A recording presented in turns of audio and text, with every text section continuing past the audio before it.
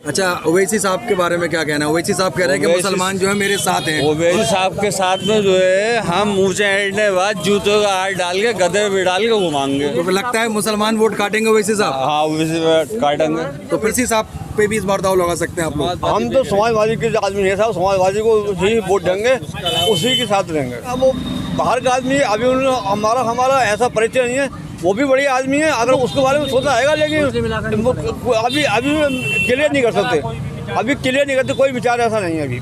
100 सीटों पे क्या दाव लगाएंगे आप, ये बताइए पहले ओवैसी साहब पे। अगर उन्हें मुख्यमंत्री की सीट लेनी है तो 300 सीटें पे चुनाव लड़े ना, सीटों पे लड़े से चुनाव। तो ओवैसी साहब पे हम क्या दाव लगाएं? जितना विकास हुआ समाजवादी में हुआ, अभी तक बीजेपी के किसी नेता ने कोई विकास नहीं करा है। ऐसी कुछ नहीं है यहाँ पे, कोई ओवैसी नहीं है। यहाँ समाजवादी को वोट दिया है, समाजवादी को दें। क्यों? ये जितना विकास हुआ है यहाँ पे सब समाजवादी के दौर में हुआ है भाई, किसी पार्टी ने विकास नहीं कराया। ओवैसी साहब अपनी दावेदारी पेश कर रहे हैं और मुस्लिम वोटों पर वो राजनीति खेल रहे हैं, तो आपको क्या लगता है ओवैसी साहब के आने से जो सपा के वोट है उसमें कुछ बिखराव होगा? बिल्कुल होगा, और उनको भेजे इसी क्यों जा रहा है। जैसे बंगाल में, जैसे बिहार में जो वो किरदार अदा करके आए, वहाँ हुकूमत उसके लालू यादव के बेटे की बनती, मगर ये कि सिर्फ उनकी वजह से कि 5 उन्होंने खुद जीत ली और 25 हरा दी, जिसकी वजह से वो उनकी गवर्नमेंट नहीं बन सकी, वो बीजेपी की बनवाई है।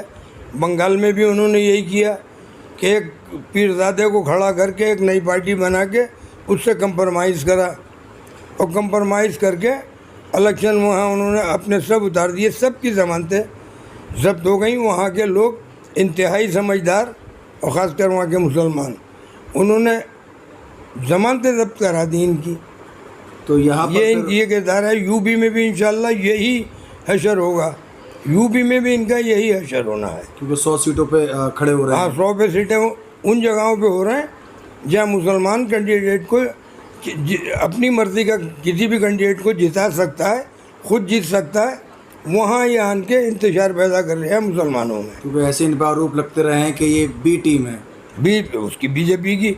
अब लोग ना समझे तो इसका तो कोई इलाज है नहीं, तो खुली हुई अब सबूत है सब। ओवैसी साहब को क्यों इतना देख रहे हैं? ओवैसी साहब का कौन सा जनाधार है यहाँ? ओवैसी साहब ने यहाँ की जनता के लिए क्या किया? ओवैसी साहब अगर किसी दूसरी पार्टी को, किसी भी पार्टी को फ़ायदा पहुँचाना चाहते हैं तो वो खुल के आएँ, उससे टाई अप करें। जो माइनॉरिटी के लीडर हैं उनके लिए क्या किया? कोई एक कदम उठाया, एक आवाज़ दी? कभी उनके बारे में कभी पार्लियामेंट में आवाज़ उठाई कि वो कम से कम उनका साथ देना चाहिए था? वो आज जेल में बंद है, हॉस्पिटल पे ज़िंदगी और मौत की जंग लड़ रहे हैं। कभी इस बारे में उन्होंने सोचा? क्यों नहीं उठाते? क्या वो मुसलमान नहीं है? क्या वो अल्पसंख्यक के नेता नहीं है? क्या वो अक़लियत के काम नहीं करते? आप वहाँ पर चंद सीटें खड़ी करते हैं अपने तेलंगाना के अंदर, और यूपी में आते हैं, कहते हैं कि मुझे सारी की सारी सीटें दे दो, मैं सारी सीटों पे खड़ा होऊंगा। जहाँ पे 2000 आपको वोट मिलने वाले होते नहीं हैं, 1500, 1800, 1200 वोट मिलते हैं, आप वहाँ पे भी अपना कैंडिडेट खड़ा करते हैं। क्यों? आप वहाँ कैंडिडेट खड़ा करिए जहाँ आप फाइट करने की कम से कम तरीके पे हैं। आप फाइट करने के लायक नहीं हैं, लेकिन आपको कोई भी मिला, आप 2000 वोट का भी कोई लायक हैगा तो आपने 2000 वोट वाले को खड़ा कर दिया, और 2000 वोट से क्या इलेक्शन जीत जाएंगे? ये सीधा सीधा अक़लियत के साथ नाइंसाफ़ी है।